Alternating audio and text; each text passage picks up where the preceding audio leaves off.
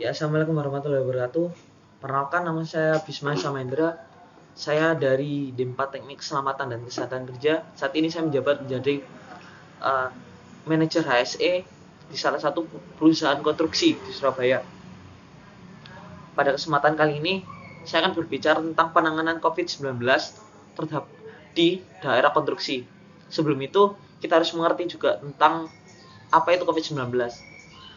COVID-19 merupakan suatu virus yang dimana dapat menyebabkan penyakit kepada penderita yang akan menyebabkan gangguan saluran nafas dan rusaknya paru-paru sehingga mengganggu kinerja dari tubuh itu sendiri.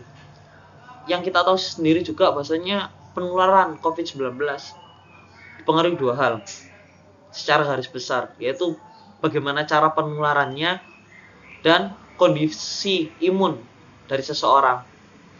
Ketika dua hal itu tersebut ditangani dengan baik, saya yakin penyebaran COVID-19 dapat diminimalisir. Berarti kita telah mengetahui garis besar dari penanganan COVID-19 itu sendiri, yaitu tidak jauh-jauh, yaitu berbicara tentang dua hal itu sendiri. Saya implementasikan ke perusahaan saya menyarankan kepada direktur untuk menerapkan kebijakan 3 bidang. Kebijakan 3 bidang itu sendiri adalah prakerja, saat kerja, dan pasca kerja. Di mana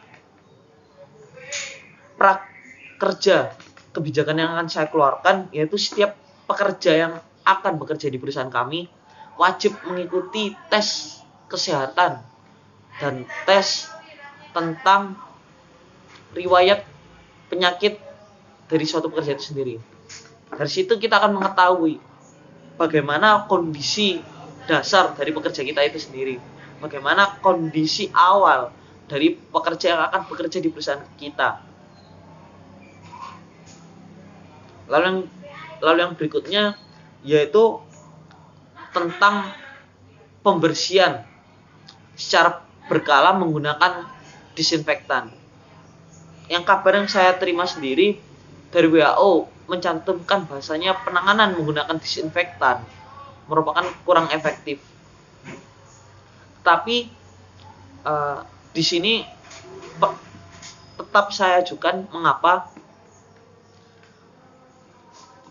meminimalisir perkembangan virus ya atau bakteri-bakteri yang lain itu dapat dicegah menggunakan COVID-19. Bahasanya itu yang akan berpengaruh terhadap kondisi tubuh dari seseorang. Yang dimana ketika kondisi tubuh seseorang menurun, potensi tertularnya oleh COVID-19 akan meningkat. Dan itu yang angka yang kita akan tekan. Jadi penyemprotan secara berkala di area kerja yang banyak disinggahi oleh para pekerja itu secara berkala, itu 1 minggu 2 kali.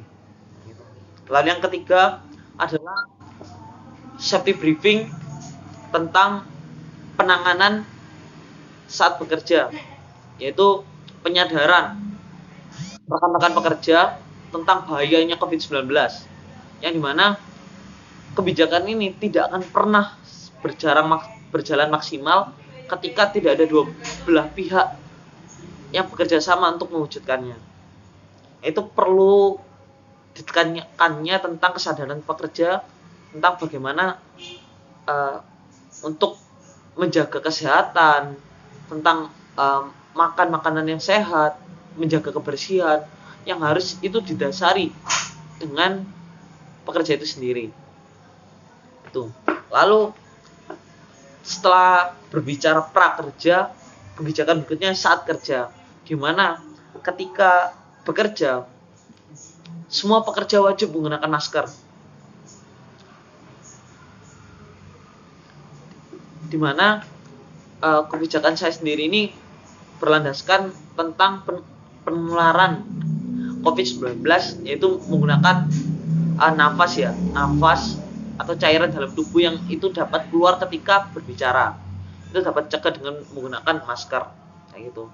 Kita dalam kebijakan masker saya pada kali ini, saya akan menggunakan masker kain. Gimana masker kain yang sudah didesain dengan sekian sebagaimana rupa, gimana dengan produknya yang masker kain ya. Lalu tengahnya diberi bolong, dua sisi kan ya.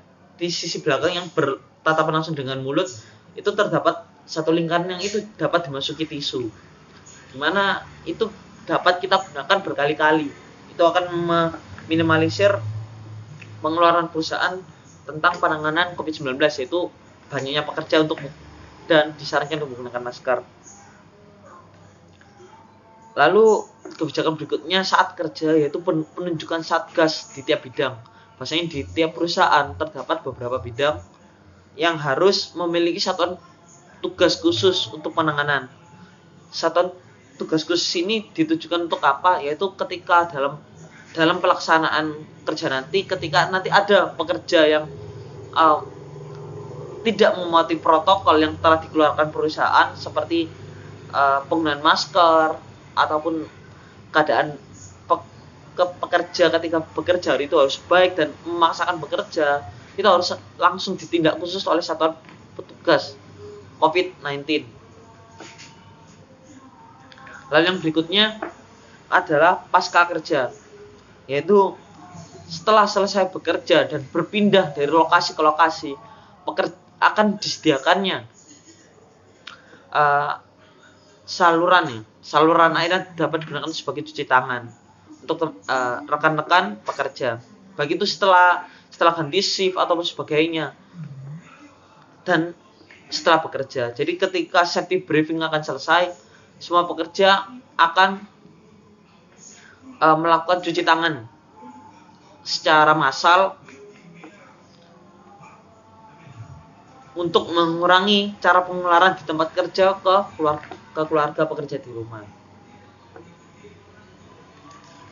Mungkin itu yang bisa saya sampaikan selaku manajer HSE di perusahaan konstruksi di Surabaya. Yang perlu saya sampaikan bahwasanya suatu kebijakan tidak akan bernilai apa-apa tanpa penanganan dan pelibatan yang masif dan strategis, baik itu dari perusahaan dan pekerja.